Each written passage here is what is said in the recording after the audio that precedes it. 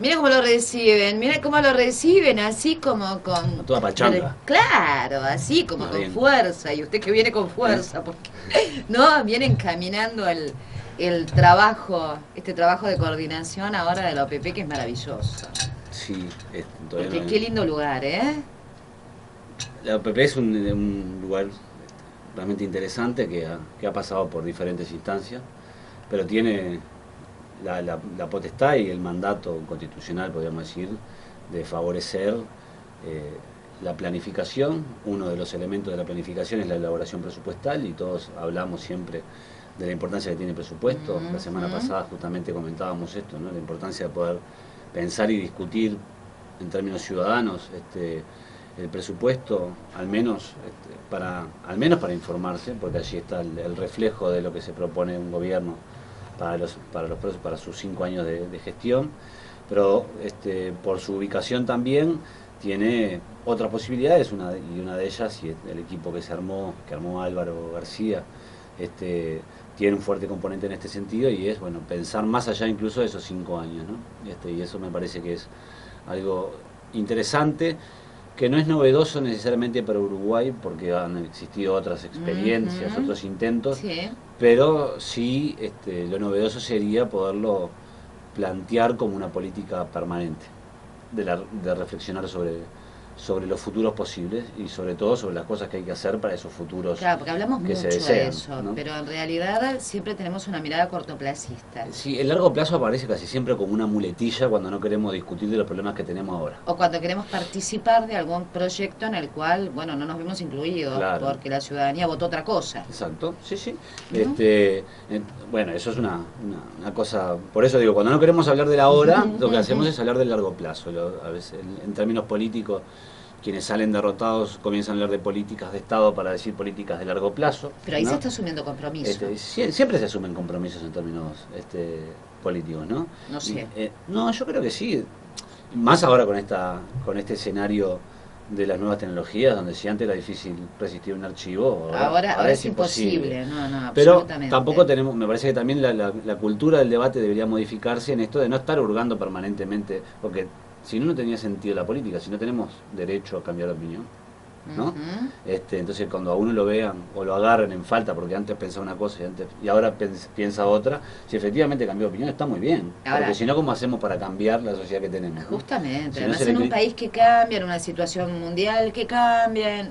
Entonces, bueno, ahí desde la OPP, el aporte hacia la planificación, el trabajo en conjunto con los otros actores, fundamentalmente con el Ministerio de Economía, en lo que es la elaboración, la responsabilidad de la elaboración presupuestal, el armado de un sistema nacional de competitividad, que también es un elemento central para la Central, estrategia país de absolutamente. inserción internacional y de mejorar la capacidad del Uruguay para obtener mejores mecanismos de inserción internacional en términos de competencia, pero también para generar dentro del propio país mejores condiciones en lo que es toda la estrategia fundamentalmente productiva y no solo, ¿no?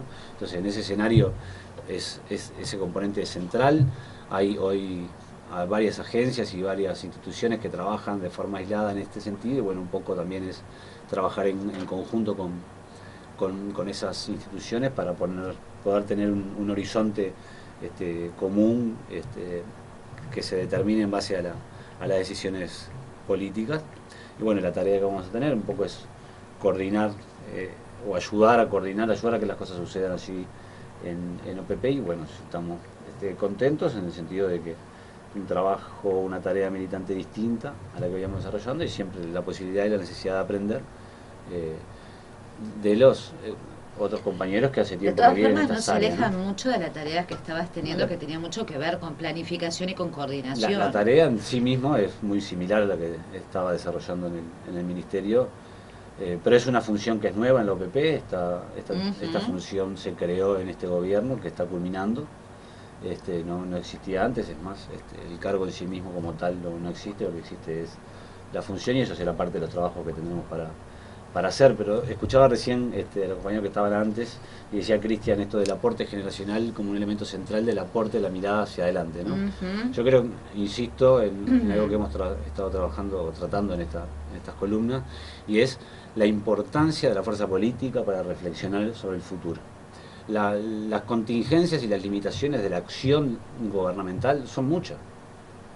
Y no pueden ser la excusa para no hacer las cosas, porque nosotros estamos compitiendo y peleando para llegar ahí. Lo hicimos a nivel nacional y lo vamos a hacer ahora a nivel departamental y municipal como Frente Amplio.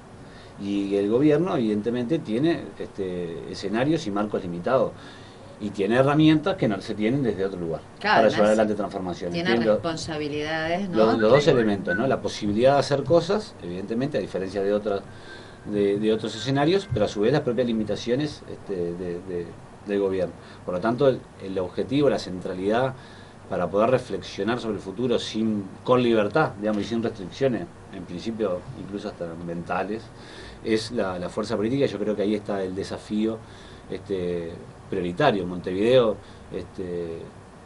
la derecha desapareció, ¿no? Vamos a tener una instancia electoral donde de alguna forma es una competencia interna del propio Frente Amplio, sí, que vamos a tener que seguir aprendiendo cómo desarrollarlo. Nosotros estamos absolutamente convencidos es que no aportan absolutamente nada a las estrategias que buscan crecer a partir de la crítica irresponsable hacia el otro compañero, esto de andar marcando perfilismo, digamos, ¿no? Claro. Pero también tenemos que aprender a discutir, porque si hay más de una opción, efectivamente tiene que haber alguna diferencia. Entonces tenemos que encontrar los mecanismos para discutir. Tenemos un programa que es común, ¿no? Entonces, bueno, creo que es un escenario también interesante. Que además se mezclan las improntas, ¿no? De quien va a ser candidato a intendente con quien se postula a candidato a alcalde, ¿no? De las políticas que van dirigidas a esos municipios, como las de interés general de todo Montevideo. Claro, entonces son varios escenarios sobre lo que se discute. Tenemos que seguir fortaleciendo el debate y el accionar de lo que es el trabajo a nivel municipal.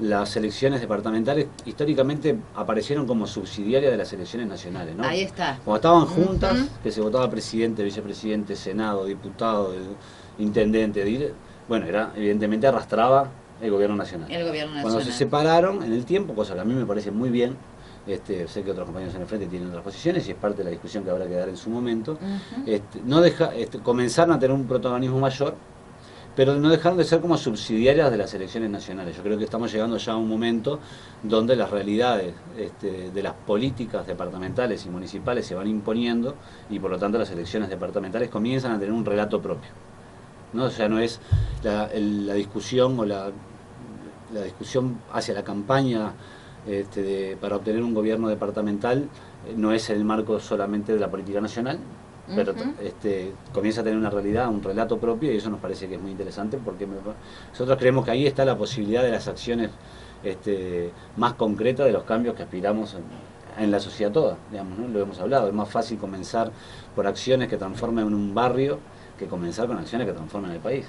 Pero necesitamos coordinar esas acciones de forma coherente con las políticas nacionales, ¿no? Entonces, bueno, de todas formas, a ver, desde la OPP siempre se ha tratado de ordenar en algunos aspectos, por ejemplo, el tema de la inversión, que tenía que ver con la cantidad de fuentes de empleo que se creaban, con la innovación que se iba a llevar adelante en determinadas empresas, o sea, todas esas cosas que antes no las teníamos en cuenta y hubo que empezar a darse cuenta que las teníamos que mirar como tal y además ordenarlas y distribuirlas con la misma justicia social. Bueno, ahí hay un programa que es el Sistema Nacional de Inversión Pública, que bueno, que ya existe, que se estuvo trabajando bastante justamente para ordenar esto.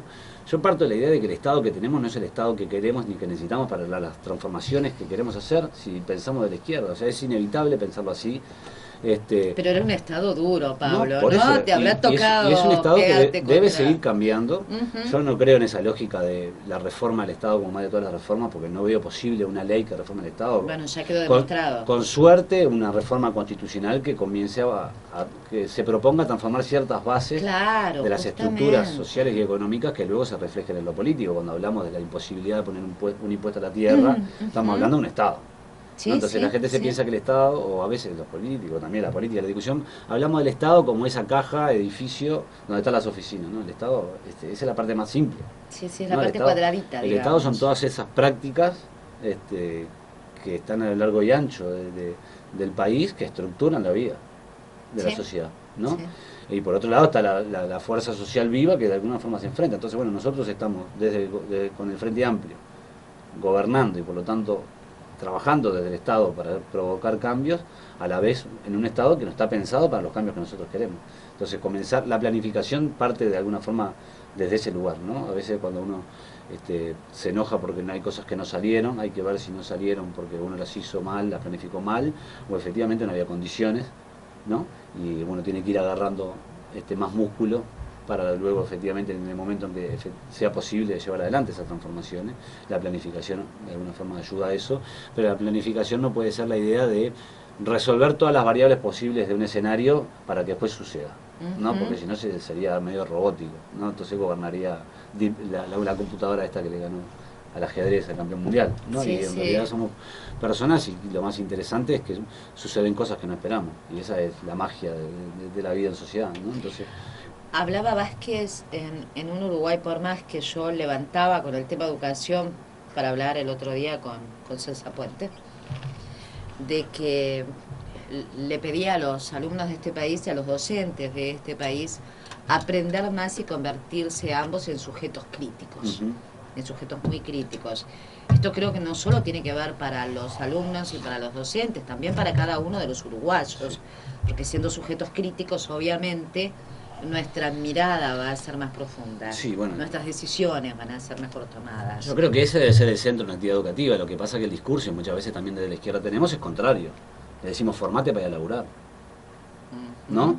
Que en algunos casos va a ser necesario, no, pero a porque ver, son momentos de la vida, está muy bien. Lo que digo es, yo creo que con la izquierda y el frente en Uruguay, la izquierda nacional, la izquierda uruguaya, se ha construido desde el relato del papel transformador de la educación, a veces en exceso, demandándole a la educación la capacidad de resolverlo todo, cuando no puede resolverlo todo, sí, tienen que resolver los aspectos educativos, pero cada vez que surge un problema, la gente dice es un problema educativo, es un problema educativo, es un problema educativo. Es imposible que la educación, la institución educativa resuelva todos esos problemas, y por lo tanto cada vez que se lo exigimos no hacemos más que cargarlos de ansiedad y frustración al sistema educativo, y después para que tuitee la gente, y, sin entender mucho, diga un par de disparates, como pasó en estos 5 años, cada vez que faltaba un ladrillo, una citación al Parlamento, una tapas y contratapas de medios de comunicación de alcance nacional, y etcétera. grandes foros tuiteros. Por eso, etcétera, ¿no? Entonces, yo creo que me encantó que le pusieras etcétera a los foros ¿no? tuiteros. Obvio, ¿no? Creo que en ese sentido sigue siendo para mí la educación la herramienta principal para la formación del futuro, ¿no? Pero siempre es contradictoria porque la educación no deja de ser el esfuerzo de la generación actual de moldear a la generación futura. Claro. Siempre es un proceso de encorsetamiento y control, ¿no? No puede ser totalmente liberador porque somos nosotros, el mundo adulto, el que está diciéndole a la generación que viene, mirá que esto es así. Entonces, mirá que esto es así. Claro. Partiendo de mirá que este mundo funciona así, tenés que hacer así, tenés que ser exitoso. Sujeto crítico. Entonces, exactamente, se hace complicado. Eso no significa que no desaparezca. Lo primero que hay que aceptar es esa contradicción. Entonces, lo segundo es, bueno, sí, efectivamente, tenemos que ser capaces de moldear sujetos críticos. Pero somos críticos nosotros, le vamos a exigir a los gurises, o a las nuevas generaciones que sean críticos solamente. Entonces, en ese desafío... ¿Desde qué lugar, además, no? En ese desafío nosotros tenemos que ser capaces de enfrentar que muchas veces lo que hacemos es generar cierto nivel de esquizofrenia. Por un lado le decimos, vos tenés que ser un sujeto crítico, responsable con el medio ambiente, solidario, comprometido, y por otro lado le decimos, tenés que mirar de todos los programas de chimento, de chumerío, tenés que ser exitoso, comprarte la zapatilla, demandar la gorra con visera, ganarle al cuadro del otro barrio, de la otra escuela. Y además tener en cuenta que tenés que salir a laburar y por lo tanto no te preocupes mucho en formarte a lo que te guste, formate a lo que te dé laburo. Plata. Entonces, que los chiquilines miran desde ese lugar muchísimo. Pero ese discurso no son de ellos, somos nosotros. Somos nosotros. Y ese discurso comparte el espacio público. Entonces ese desafío lo tenemos planteado. Yo creo que desde el frente tenemos que asumir fuertemente una posición filosófica sobre el carácter emancipador de la educación, sin dejar de ver las necesidades de la coyuntura. Es verdad, la sociedad en la que vivimos, lamentablemente, la mayor parte de los gurises que hoy están entrando a estudiar van a trabajar, tal vez, en lugares en los cuales no se desarrolla su vocación. Su vocación, ¿no? justamente. Porque este mundo está dura la vida también, porque este ¿no? mundo está construido así, donde la mayoría labura, ¿sí?, en cosas que tal vez no es lo que íntimamente le hubiese gustado hacer, y un conjunto minoritario goza del esfuerzo de la mayoría, ¿no? Mientras la mayoría genera el trabajo, transforma la naturaleza, genera cosas nuevas, con su tiempo hay una minoría que se apropia de esa, y eso no nace cuando el joven tiene que ir a buscar laburo, eso claro, lo antecede. Si lo sumamos a las desigualdades que tuvieron que vivir generaciones anteriores y que hoy tienen que competir entre sí o competir con otros, bueno, y a un montón de resultados que después te dan evaluaciones donde te dicen, no, claro, PISA, suman tanto, ¿no? Y PISA está pensada para las necesidades que tienen los países que piensan PISA, es decir, la forma de evaluar que tiene esta evaluación internacional llamada PISA procura responder a las necesidades que tienen los países de la OCDE, o sea, los países centrales, los llamados desarrollados, sí, que le quede claro y que, a todo el y que mundo los demás que países nos mechamos ahí para ser evaluados, lo cual no está mal. no, Lo que está mal es la histeria que se genera con los resultados, tanto si subimos un punto como si bajamos un punto, ¿no? Entonces no podemos ir midiendo. Este año fue muy cómico, en definitiva, porque como el modelo, no, pero como además el modelo era Finlandia, y Finlandia cayó mucho, sí, entonces yo me acuerdo de como viajó Larrañaga a Finlandia, se cuando nos cayó el volvió espejo. Viajó Larrañaga a Finlandia, cuando Larrañaga volvió a Uruguay, a los 5 días se vieron los resultados de PISA y Finlandia cayó. Bueno, ahora vi en las noticias el otro día lugar. que también estaban comparando algunos de los colegios con colegios de Finlandia. O sea, está bien si uno quiere ver en esa comparación la posibilidad de reconocer estrategias que sean positivas, ¿no? Porque si no, sería, bueno, yo me encierro y soy capaz de generar... Claro, algunas estrategias positivas que no sé si son aplicables acá, claro, ¿no? Tampoco. Exactamente, pero ¿estamos dispuestos a distribuir la riqueza como se distribuye en Finlandia? ¿No? Buena pregunta. Estamos dispuestos entonces, a pagar más impuestos, claro, para tener una muy buena educación. Exactamente. ¿Estamos en condiciones de pagar los salarios que se pagan en Finlandia para la actividad docente, que es una de las actividades más reconocidas socialmente? Estamos todos de acuerdo, y mejor por ejemplo, paga. Entonces, queremos un poquito de lo que nos gusta, pero que no los lo demás. aumentos salariales que puedan venir de hoy en adelante sean como los planteó el doctor Tabaré Vázquez, con contrapartidas de más educación, más calificación, de más compromiso, de... ¿no? Yo creo que el salario, en última instancia, mientras exista el salario, no la renta, mientras exista el salario, está asociado a una función. Y ese salario muchas veces se basa en el reconocimiento social de esa función, en las dificultades de acceso a esa función o en el peligro de esa función, ¿no? Sin embargo, no son los trabajos que nos hacen mejor a todos como sociedad los mejores remunerados. No son los médicos, y que también tienen su propia lógica de mercado, lo cual creo que todavía no estamos en condiciones de discutirlo como sociedad, esta mercantilización de la medicina que hoy vivimos. Sí estamos en condiciones de discutir el aspecto educativo. Yo creo que el salario docente debe ser un salario socialmente reconocido, en el sentido de que debe ser un salario bueno, que vaya acompañado con las exigencias que como sociedad le vamos a demandar a ese docente. Y eso implica calificación, ¿no? Implica condiciones también de trabajo, implica calificación previa, es decir, el proceso formativo, esto que hemos hablado de la formación docente, la necesidad de la universidad, de un esfuerzo, claro, pero también ese es el modelo, ¿no? Que podríamos llegar a acordar. A la hora de implementarlo, ¿qué pasa si nosotros nos ponemos muy exigentes y restrictivos a la formación docente hoy? Dentro de 2 años nos faltan docentes en casi todas las áreas. Nos están faltando. No, por eso por eso dije en todas, ¿no? Hoy ya faltan. Entonces, faltando. Tenemos que ir masticando esas contradicciones que se dan entre la convicción de aquello que queremos lograr y el escenario sobre el cual trabajamos, ¿no? Que en este caso es la realidad del país que tenemos y los instrumentos e instituciones políticas que el Uruguay tiene. Y creo que la izquierda en esto tiene que ser contundente para después no debilitarse en el debate público, porque después nos corren por derecha en el debate público, y a veces para atenuar, por las dudas de no quedar mal, nosotros también vamos modificando el debate y al final por aquello de tanto dejar de decir lo que uno piensa, deja de pensar lo que ya no dice, ¿no? ¿Te llama la atención, Pablo, por ejemplo, que a mí me llamó la atención en este periodo de gobierno en particular, no me parece que no había pasado antes, que previo a los anuncios, si bien hay un programa de gobierno y durante toda una campaña, Vázquez hizo anuncios de cuáles iban a ser sus políticas, sus principales políticas, pero que los partidos tradicionales, por ejemplo Bordaberry, en este caso el Partido Colorado, lance su batería de proyectos de ley, algunos que vienen de gobiernos anteriores o de periodos anteriores, previo a los anuncios del presidente, porque uno siempre piensa, bueno, espero que la mano, en este caso Tabaré Vázquez, haga sus anuncios y después veo cómo acomodo mis ideas. Pero en este caso fue previo a... Yo prefiero una derecha que se exprese. Yo prefiero un partido de derecha que se asuma como partido de derecha y lo que mismo se exprese. dijo Vázquez en la campaña. Yo no sé si vos te acordás, lo dijo en San Luis. Puede ser, para empezar, no ahí. Dijo, yo prefiero gente que hace proyectos y no gente que se queje. Claro, yo prefiero... A pesar de las diferencias de todo lo demás, pero prefiero gente que proponga así y no... la derecha de hoy esté reflejada y autoconsciente en un partido minoritario como el Partido Colorado.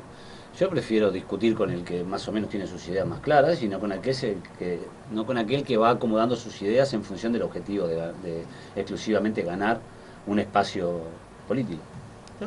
Entonces, en este caso, la propuesta de Bordaberry, y después va a ser un poco del yo te lo dije.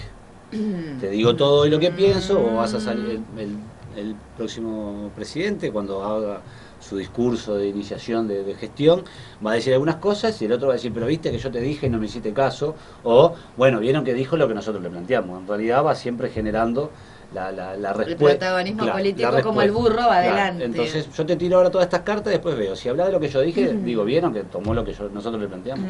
Y si no dice lo que le planteamos, decir, bueno, se dan cuenta que nosotros planteamos y no nos hacen caso. Entonces en realidad va generando la dinámica de la agenda pública en sí mismo, ¿no? Como en la noria. El problema es poder nosotros salir de esa discusión. Y a partir de ahí hay que construir debates. Y para nosotros como izquierda tiene que ser fundamental y por eso no le podemos exigir al gobierno que procese estos debates, ¿no? Porque evidentemente la sensibilidad que tiene cuando habla un actor de gobierno sobre un tema es importante y afecta a otros espacios, pero la fuerza política sí tiene que tener posibilidad para discutir esto y creo que ese es el esfuerzo y creo que esa es sobre lo que hay que comenzar a trabajar de acá hacia las próximas elecciones internas del Frente, en el sentido de decir, bueno, pensemos de verdad la herramienta política que necesitamos para las transformaciones que queremos. Un poco con la 764 hemos estado discutiendo, convocando a diferentes compañeros. Me parece que en el tema educación, Vázquez dio todas las señales de que va a ser un tema que lo va a ocupar. Sí, a ver. Y un tema que va a querer dejar huella. Sí. Yo, a ver, con el tema de educación me pasa algo que hace muchos años que lo venimos trabajando. Yo me estaba acordando ahora, te estaba hablando, me estaba acordando de nuestras viejas charlas sobre el Congreso de Educación, claro, bueno, que fue la primera invitación a debatir. Exactamente. Y creo que también en eso que vos decías del Frente del Movimiento, que bueno, que también tenemos que crear esa conducta o ese hábito de debatir, de saber debatir, de crecer debatiendo. Sí, porque sí, iba justo a eso. Con el tema educativo yo creo que hemos pasado... Ya jugamos en memoria. Sí, hemos pasado de una etapa inicial en la que el principal problema que se tenía básicamente tenía que ver con presupuesto, presupuesto educativo y salarial, ¿no? Y eso fue el primer esfuerzo del primer gobierno Vázquez. Aquellas viejas corridas del 4,5, claro, ¿te acordás? Totalmente.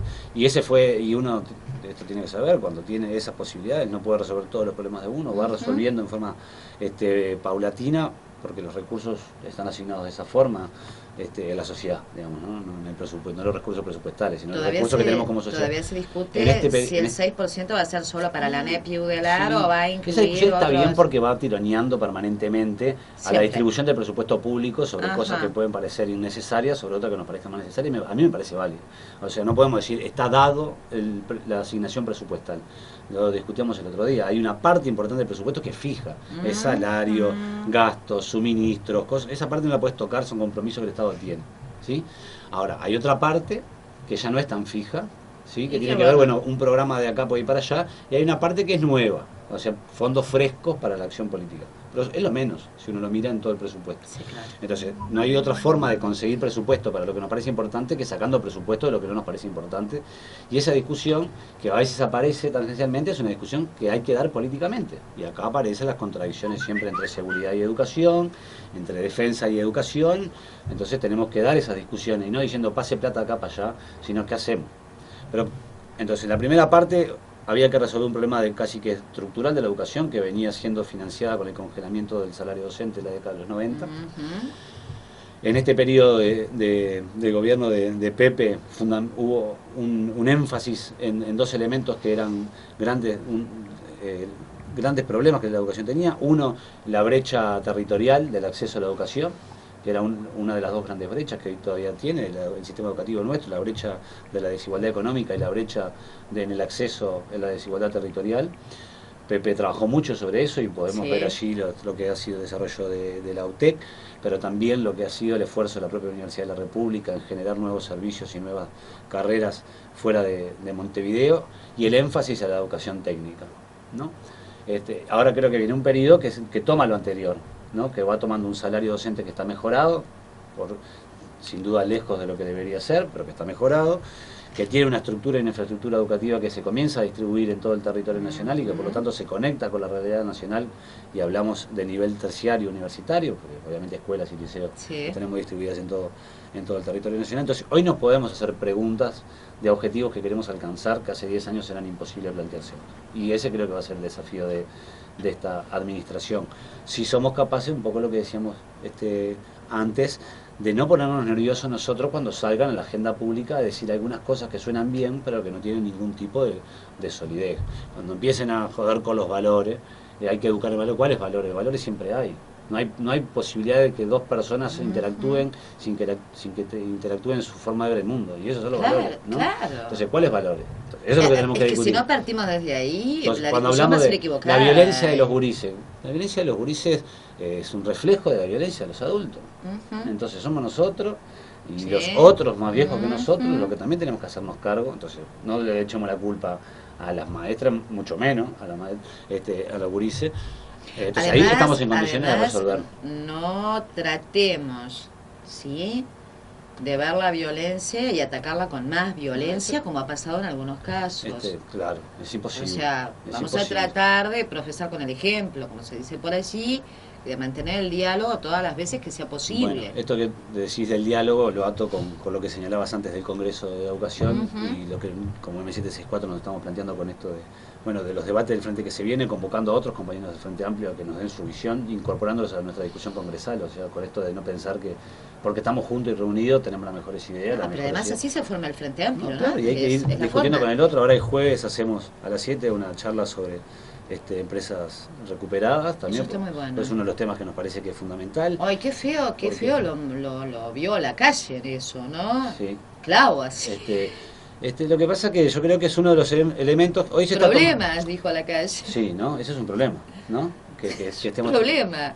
Empresas que ahora se llaman de autogestión. Claro, me llamó la atención esa mirada. Lo que pasa que durante un tiempo, justamente, las empresas autogestionadas aparecían cuando el capitalista o el patrón rajaba. Claro. Entonces daba una sensación de que estabas en un negocio que parecía que iba a la pérdida, pues si el capitalista no quiere seguir trabajando ahí, obviamente, o no funciona o tiene mejores réditos en otro lado. Entonces los trabajadores hacían el esfuerzo de poder mantener su fuente de trabajo, ¿no? Entonces, pero obviamente partía de una situación compleja, ¿no? Por algo el otro lo había rajado, ¿no? Pero nosotros tenemos que llegar... Hay un montón de complejidades. Tenemos que llegar a esta idea de que la autogestión no tiene que ser rescatar aquellas cosas que los patrones abandonan, sino iniciar procesos nuevos, y eso implica discutir la propiedad privada. Pero aún así, Pablo, en el tema de Mexen y Sena, que por ejemplo es muy destacable, bueno, el tema de cómo comenzaron a gestionar, el tema, como decía Pepe, ¿no?, de cómo se ordenan los roles, claro, porque ahí no sos empleado y no sos jefe, pero tenés toda la responsabilidad de que esto siga, porque hay una responsabilidad muy fuerte. ¿Cómo buscaron los instrumentos para lograr la calidad de lo que vendían Y ahora la competitividad diciendo se trabajan determinadas zafras, se paran determinada otra. Hay mucha inteligencia ahí. El conocimiento en última instancia está allí en los Está trabajadores muy bueno que día a eso. día producen, ¿no? Entonces, pero el salto que debemos dar, como en este caso, es asumir que eso no tiene que suceder solo cuando En una caso de, empresa claro. cae en desgracia o el capitalista se raja, sino que tiene que ser un fenómeno más de las posibilidades de producir distinto, y eso se va a hacer cuando seamos capaces de discutir otra forma de propiedad, y eso implica y necesita una reforma constitucional. Ya ahí, cuando el uruguayo deja de pensar que ser funcionario público es lo mejor que le puede pasar, lo mejor y lo más seguro que le puede pasar en la vida, eso yo creo que creo que el cambio histórico se está... Yo creo que eso viene sucediendo y se ve, por ejemplo, en los más jóvenes que se presentan a los diferentes llamados en el Estado y no tienen intenciones de permanecer. No, que lo toman como una parte formativa y además con una dinámica distinta a la que existe quizás entre otras estructuras mentales de los trabajadores y las trabajadoras del Estado, en la que de última todos vamos generando esos vicios, ¿no? O sea, acá no hay un responsable único en los demás que somos, ¿no? Todos vamos generando esos vicios, pero eso que hablamos para la autogestión lo tenemos que plantear luego para otros espacios de la sociedad. Entonces, hay momentos en que la discusión es en términos ideológicos, en esto de intentar dar a conocer o explicar o dar nuestra explicación de por qué el mundo funciona como funciona. Aunque es probable que la gente ya sepa que el mundo funciona así y está mal. O sea, yo creo que la mayor parte de la población entiende que las condiciones en las que trabaja y la remuneración que tiene por el trabajo que realiza no es la acorde a su esfuerzo y mucho menos es acorde a la parte con la que se queda el empleador, ¿no? Sí. Creo que la mayor parte de la población reconoce que la existencia de personas viviendo en condiciones de pobreza es algo que está mal, ¿no? O sea, esa parte del mundo ya no hay que explicarla. El problema es qué hacemos.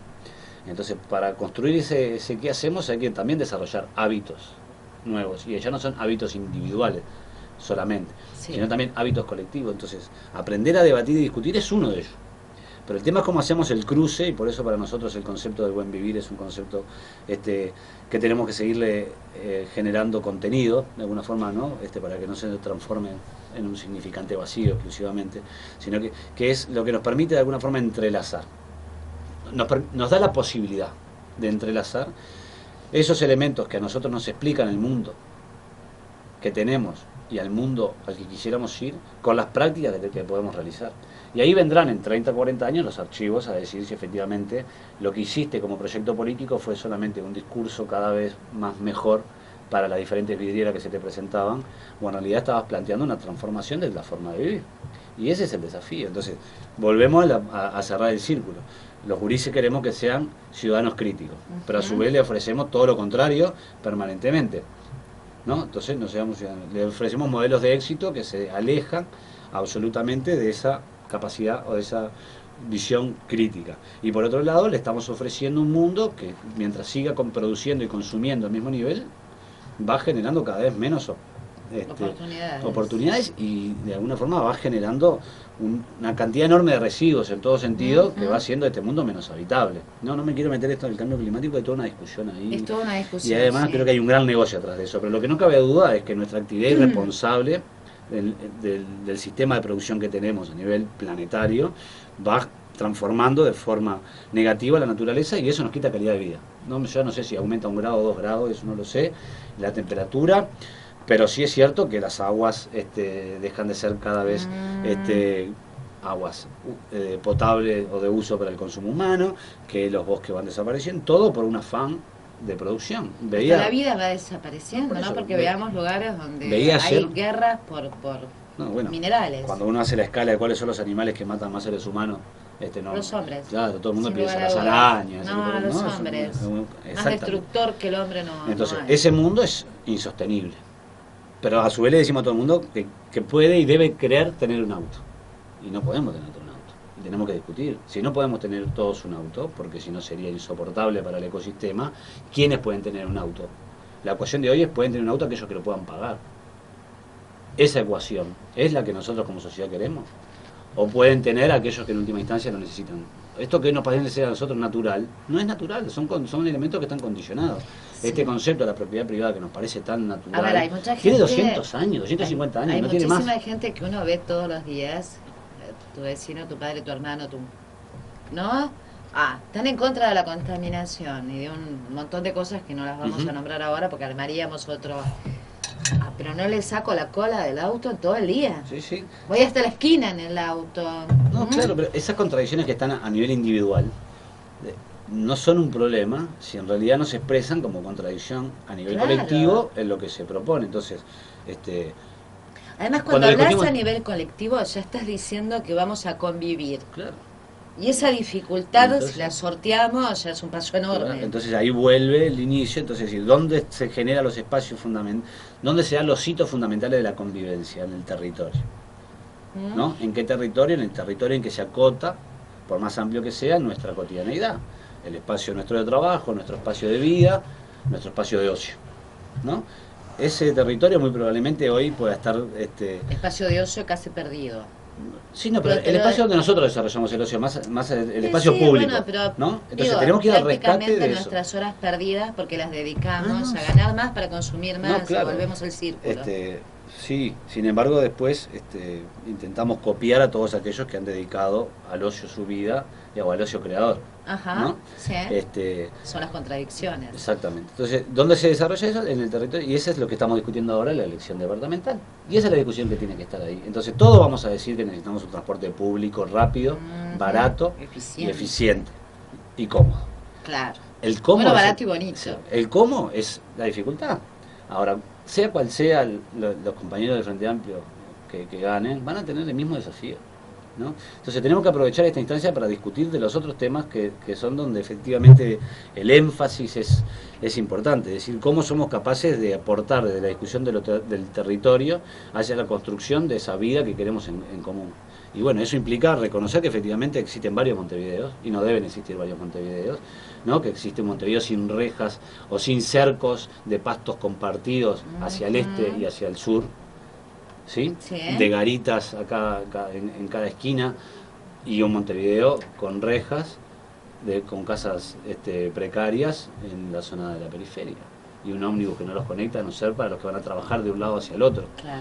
Ese es el Montevideo que tenemos, eso es lo que tenemos que transformar. Por lo tanto, tenemos que seguir pensando que estas batallas que damos en términos electorales son parte y mojones de la batalla política que nosotros tenemos para transformar el país. Y no vamos a encontrar, no hay una solución, no es posible sentar en una mesa a los 100 tipos y tipas más inteligentes del país para que armen un bosquejo de cómo deben ser las cosas, porque eso es imposible, porque esto que decíamos, ¿no? Parte de la magia de esto de estar vivos, que pueden generarse cosas que uno no espera, ¿no? Y ese es el elemento quizás más motivador para poder hacer estas cosas. Pero sí tenemos que ser capaces de ir generando las transformaciones en lo cotidiano que nos puedan ir haciendo, caminando hacia eso. Entonces, cuando te saltan con estos foros de Twitter, uno dice, bueno, estamos locos cuando nos agarra también a nosotros la ansiedad de contestarle, ¿no? Cuando en realidad la realidad está pasando por otro lado. Entonces, uno no deja de ser parte de este mundo y no deja de caminar con sus propias contradicciones, ¿no? Y es imposible. En el mundo, en el fondo, la vida depende también de su contrario para poderse desarrollar, ¿no? Entonces esas contradicciones forman parte de la naturaleza misma de las cosas. Pero el problema es que cuando lo asumimos como un fenómeno social, tenemos que reflexionarlo. ¿Cuánto de esto después se aterriza como política? Bueno, eso es lo que tenemos que ir aprendiendo. Entonces, necesitamos un frente amplio que sea capaz de reflexionar profundamente sobre estas cosas, que ya no va a estar discutiendo exclusivamente sobre dogmas, para ver qué dogma gana sobre qué dogma, pero sí tiene que discutir sobre ideas, que es la posibilidad que tenemos, la posibilidad más real que tenemos de acercarnos a aquello que nos parece que puede ser mejor, porque no podemos ir al futuro y volver. Justamente. Entonces tenemos que defender... No estaría mal. Y tenemos que generar esos hábitos que nos hagan, de alguna forma, ir haciendo las cosas distintas. Errores vamos a tener, críticas vamos a tener, no vamos a hacer ninguno, va a ser bien querido por todos. Vamos a cambiar en algún momento. Vamos a cambiar, pero eso si eso no forma parte de la dinámica política, es todo mentira. Es decir, si la capacidad de transformarnos nosotros como persona no forma parte del accionar político, es falso, porque en realidad entonces lo que es un gran acto de soberbia para ver un pedestal que dice, hey, ustedes tienen que cambiar, ¿no? Son ustedes los que están equivocados. Es su responsabilidad. Ahora la capacidad que tenemos nosotros ya de cambiar nosotros son cosas también aparte, y todos tenemos, cada uno tiene su propio mamo, entonces esto no es un problema psicológico, Es un problema de que el fenómeno político tiene que poner al hombre en su integridad, al hombre con mayúscula, y a la mujer en su cabalidad, en el centro de la actividad, para poner la vida en el centro de la actividad. Entonces ahí creo que comenzamos ya a discutir otras cosas. De eso queremos hablar cuando hablamos del buen vivir, por eso hablamos de un Montevideo del buen vivir, de un Uruguay del buen vivir, y por eso nos parece que esta campaña debe estar centrada en eso. Empieza en la casa de cada uno el buen vivir, y voy adelantando porque dentro de un ratito voy a hablar con María Elena Laurnaga de estos casos de violencia doméstica que cada vez nos duelen más, ¿no? Totalmente. Y de que todo lo que podamos hacer en ese sentido para ayudar, para colaborar, para comprometernos, para no dar vuelta a la cara, para que otros no la den, estaría bueno. Sí. Pablo, bueno, la última columna de este ciclo, de Hoy no es un día cualquiera, vamos a seguir en RTV juntos. Seguiremos, pero primero déjame, antes que nada, agradecerte a ti y a toda la barra que ha estado trabajando acá. Yo por estos espacios. Déjame agradecerle a la vida haberlos conocido a todos ustedes y poder caminar juntos, porque es lo que vale. No, si no vale, pues ya lo dejan a uno sin hablar. No, pero de verdad para nosotros ha sido primero una oportunidad de reflexionar temprano a la mañana, temas que siempre uno tiene en la cabeza, de reflexionar contigo. Creo que has tenido una osadía en abrir las puertas de una forma extraña, en el sentido de que vengan a hablar y a discutir y a decir lo que piensan. Ha generado espacios donde los diferentes partidos tienen su posibilidad de opinar, lo que tú le llamás, donde vienen los gurises, como vos le decías, la tertulia, o la tertulia en la que también participé, con diferentes colegas del Partido Nacional y del Partido Colorado, de una forma y me parece también que el protagonismo, que no debe ser fácil, se lo das a quienes vienen a tu programa, ¿no? Y eso me parece que no es común en la mayor parte de los programas de entrevistas, ¿no? Entonces, bueno, agradecerte, y también ha sido para nosotros una oportunidad desde lo político de tener una ventana para decir lo que podemos pensar tanto a nivel personal, que casi siempre lo que hacemos, y también a nivel de la organización política que estamos construyendo. Muchísimas gracias. Seguimos caminando, nos encontramos hace como 10 años con usted, y hemos caminado todos estos años juntos, y lo seguimos haciendo, lo seguiremos haciendo comprometidos en lo mismo y con las mismas ganas. Gracias, Pablo, de corazón. Gracias a ti.